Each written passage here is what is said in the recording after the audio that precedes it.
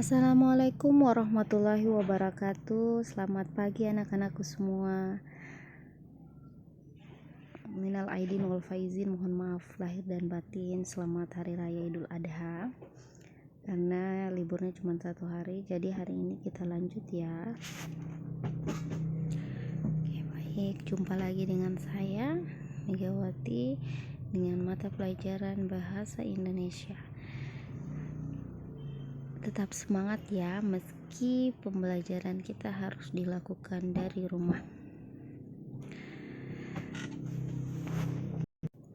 Karena ini adalah pertemuan awal kita, maka sebelum memulai pembelajaran, saya ingin menjelaskan kontrak belajar ataupun aspek penilaian yang akan saya terapkan dalam mata pelajaran Bahasa Indonesia. Yang pertama, partisipasi dan keaktifan dalam proses pembelajaran. Yang kedua, kedisiplinan dalam mengerjakan dan mengirimkan tugas. Yang ketiga, bersikap sopan dan santun dalam proses pembelajaran daring. Yang keempat, ketuntasan nilai tugas, nilai ulangan harian, nilai ulangan tengah semester, dan nilai ulangan akhir semester.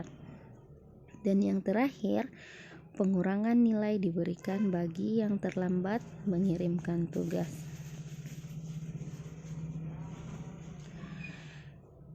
Ya, itu adalah beberapa poin kontrak belajar ataupun penilaian yang akan saya terapkan dalam mata pelajaran Bahasa Indonesia.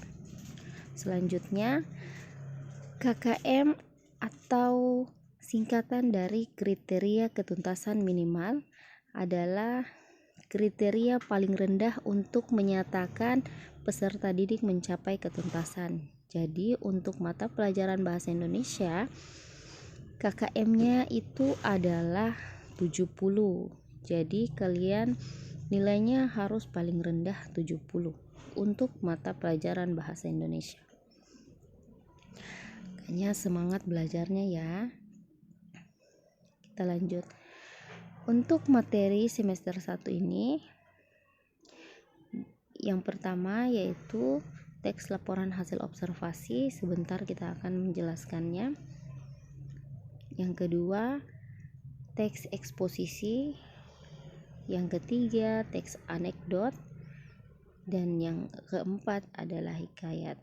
Jadi pada semester 1 ini ada 4 bab materi yang harus kita selesaikan. Kita masuk saja di bab 1, yaitu teks laporan hasil observasi. Sebelum saya menjelaskan, saya ingin tanya dulu, apakah kalian pernah mengobservasi atau melakukan pengamatan terhadap sesuatu? Seperti mungkin mengamati burung atau mengamati kucing atau mengamati objek wisata seperti pantai. Saya kira semua sudah pernah melakukan pengamatan atau observasi. Lalu apa sih itu teks laporan hasil observasi? Kita bahas satu-satu ya. Jadi teks laporan hasil observasi. Teks itu berarti wacana tertulis. Kalau laporan berarti segala sesuatu yang dilaporkan atau bisa dikatakan berita. Kemudian hasil observasi itu adalah sesuatu yang ditinjau secara cermat. Jadi dari hal ini kita bisa menarik kesimpulan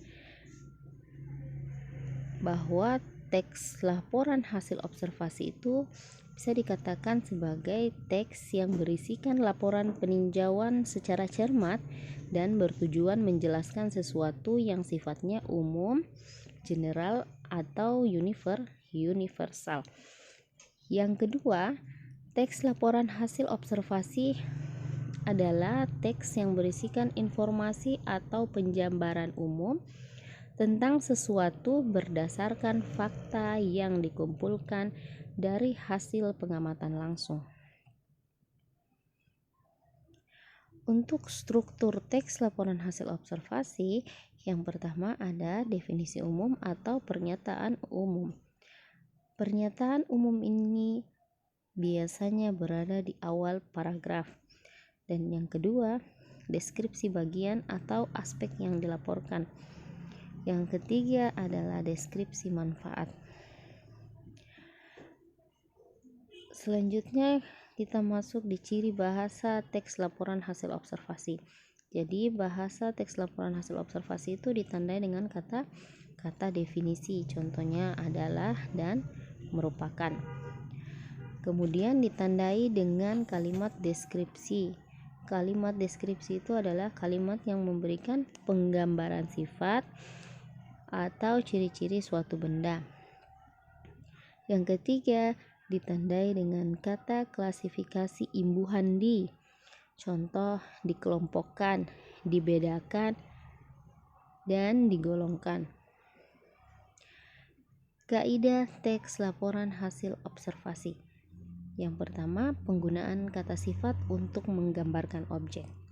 Yang bagaimana sih itu kata sifat? Jadi kata sifat itu seperti cantik, putih, baik, pemarah, sedih, senang. Jadi itu merupakan kata sifat. Tetapi di sini penggunaan kata sifat untuk menggambarkan objek.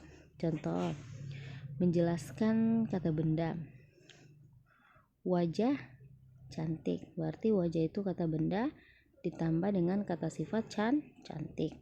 Yang kedua, dapat didahului kata tidak. Tidak hitam.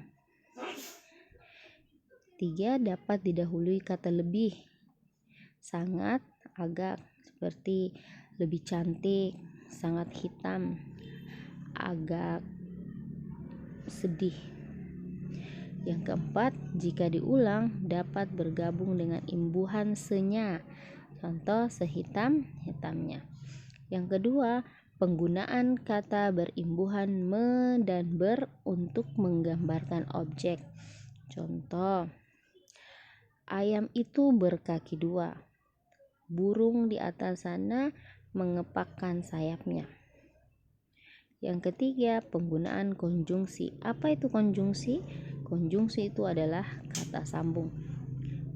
Jadi, yang ketiga adalah penggunaan konjungsi atau kata sambung untuk membandingkan ciri objek. Umumnya konjungsi yang digunakan adalah sementara itu, sedangkan, selanjutnya, dan tetapi. Itu saja mungkin untuk laporan teks hasil observasi. Nanti kita akan belajar kembali. Untuk lebih jelasnya kalian bisa menggunakan buku cetak yang sudah dipinjam di perpustakaan. Terima kasih sudah mendengarkan ataupun menonton video ini. Tetap semangat, tetap jaga kesehatan, patuhi protokol kesehatan. SMK bisa, SMK hebat. Salam sehat dari saya. Wassalamualaikum warahmatullahi wabarakatuh.